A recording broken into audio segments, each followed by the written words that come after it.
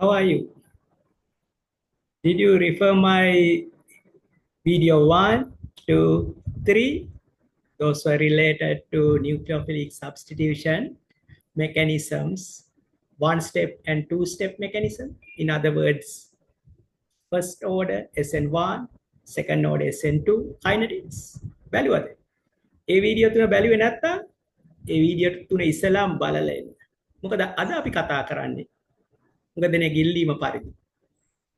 මෙන්න මේ nucleophilic substitution mechanisms දෙකේ වෙනස්කම් one step and two step mechanisms දෙකේ වෙනස්කම් සාකච්ඡා කරන එක.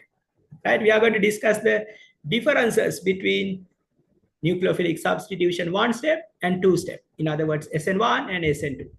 Okay, so if I start the first difference, easiest thing, nucleophilic substitution one step happen in one step.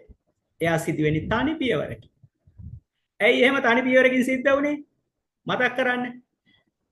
Nucleophile attacks to the alkyl halide and the leaving group left in a one step simultaneously. එකවර තමයි nucleophile එක පහර දුන්නේ alkyl halide එකට. ඉවත් වීමේ කාණ්ඩය ගැලවිලා ගියෙත් එකම වෙලාවක. But what happened if it is a tertiary halide? මතකද? tertiary halide එකක් ගත්තාම පුතා, due to the presence of steric hindrance, it took place in two step. ත්‍රිමානාවිරතාවය නැති කරගන්න පළවෙනි පියවරේදී එකේ මොකක්ද වුනේ? ඉවත් වීමේ කාණ්ඩයට තියෙන බන්ධනය කැඩිලා ගියා. ඒක තමයි පළවෙනි පියවර. දෙවෙනි පියවරේ තමයි nucleophile එක පහර දුන්නේ. So it's a two step process. Okay, and if you look at the kinetics of this nucleophilic substitution first step reaction kinetics, අපි බලුවොත් මොකක්ද වෙන්නේ? මේකේ at the rate determining step, both nucleophile and the alkyl halide involved. මේ දෙකම nucleophile එකත් alkyl halide එකත් දෙකම සහභාගී වුණා වේගයෙන් නිර්ණය කරන පියවර. ඒක නිසා මේක අපි කිව්වා ද්විත්ව පෙළ ප්‍රතික්‍රියාවක්, second order kinetics.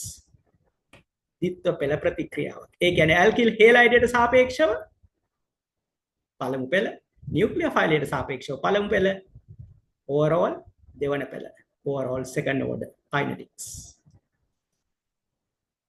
හැබැයි අපි nucleophilic ආදේශ ද්විත්ව පියවර එකේ ගත්තාම ඔයගලන්ට මතකද අපේ පළවෙනි පියවර තමයි සක්‍රීය ශක්ති බාධකයේ වැඩි වෙලා තිබ්බ පළවෙනි පියවර තමයි වේගය නිර්ණය කරන පියවර උනේ. ඒකෙදි alkyl halide පමණයි සහභාගී වෙලා තිබුණේ. nucleophile පහ සහභාගී වෙලා තිබුණේ නැහැ. ඒ ත්‍රිමානාවිරතාවය අඩු කරනකම්.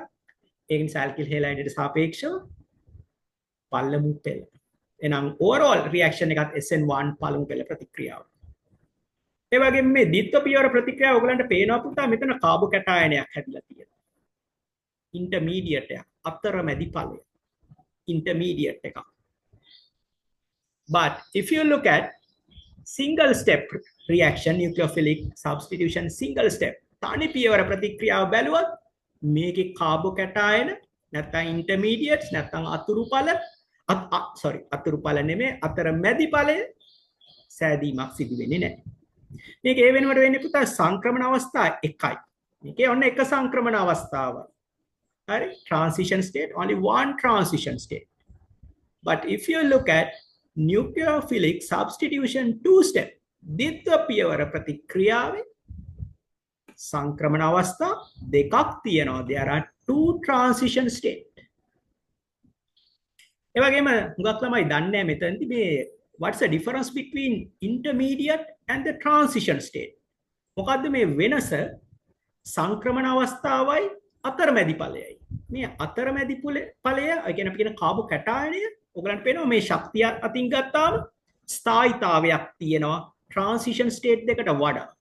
With respect to the two transition state, carbo cation is or intermediate is more stable. ඒක නිසා එයාව අපිට ප්‍රායෝගිකව වෙන් කරගන්න පුළුවන්. පරීක්ෂණාත්මකව isolate කරගන්න පුළුවන්. Practically, you can isolate the intermediate. හැබැයි transition state අපි මේ කතා කරන සංක්‍රමණ අවස්ථා ඒවා පුත් අපිට වෙන් කරගන්න බෑ. ඒව ඒතර කවුරුත් දැකලා නැහැ. Nobody has seen. ඒ සංක්‍රමණ අවස්ථා දාලා තියෙන්නේ ඇයි දාලා තියෙන්නේ? යාන්ත්‍රණය පැහැදිලි කරගන්න. කවුරුවක්වත් දැකලා තියනවද මෙන්න බන්ධනයේ ටික ටික කැඩීගෙන යනවා. The bond to the living group is partially breaking. Has anybody seen? No. Nucleophile වන්න ටික ටික සම්බන්ධ වෙනවා. The bond is partially forming. Has anybody seen? No. කවුරුත් දැකලා නැහැ. So to complete a reaction mechanism, somebody has proposed. කෙනෙක් යෝජනා කළා තියෙනවා සංක්‍රමණ අවස්ථාව. ඒක නිසා ඒවා අපිට පරීක්ෂණාත්මකව වෙන් කරගන්න බෑ.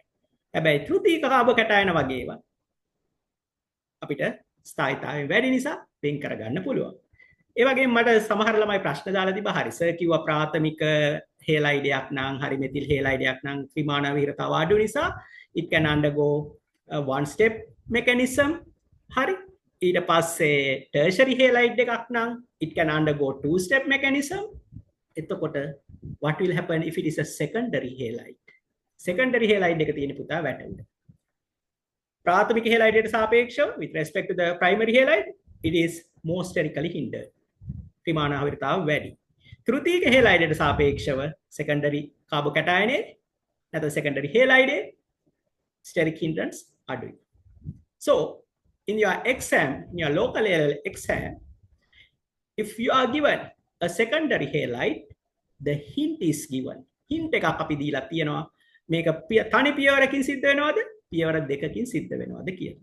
So you had better read the hint and follow instructions. That's the way.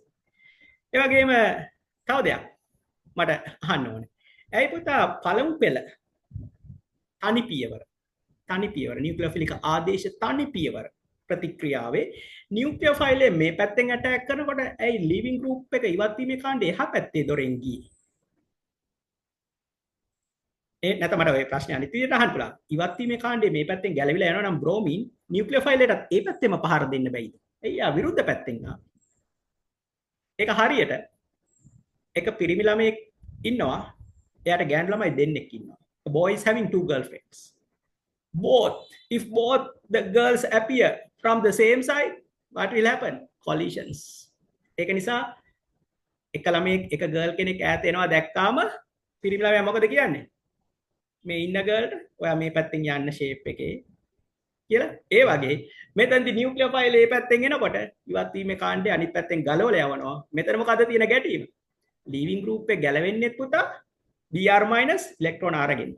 නියුක්ලියෝෆයිලේ එන්නේ ඉලෙක්ට්‍රෝන අරගෙන. ඒ දෙන්නම එකම පැත්තකින් ආවොත් මොකද වෙන්නේ? ඉලෙක්ට්‍රෝන විකර්ෂණ. ඉතින් අද මේ කෙටි පාඩම to identify the differences between similarities or among similarities. සමානකම් අතර අසමානකම් අඳුර ගන්න පුරුදු වෙන්න ඕන. සමානකම් නම් තියෙනවා. මේ දෙකම නියුක්ලියෝෆිලික, දෙකම ආදේශ ප්‍රතික්‍රියා, දෙකටම ඇල්කිල් හේලයිඩ් සහභාගී වෙනවා. හැබැයි අපිට පුළුවන් වෙන්න ඕන සමානකම් අතර අසමානකම් අඳුර ගන්න. එහෙම ස්ටඩි කරොත් තමයි ඔළුවට ධාරණය වෙන්නේ. එහෙනම් අපි තවත් පාඩමකින් තව දවසක හමු වෙමු. සුබ දවසක්.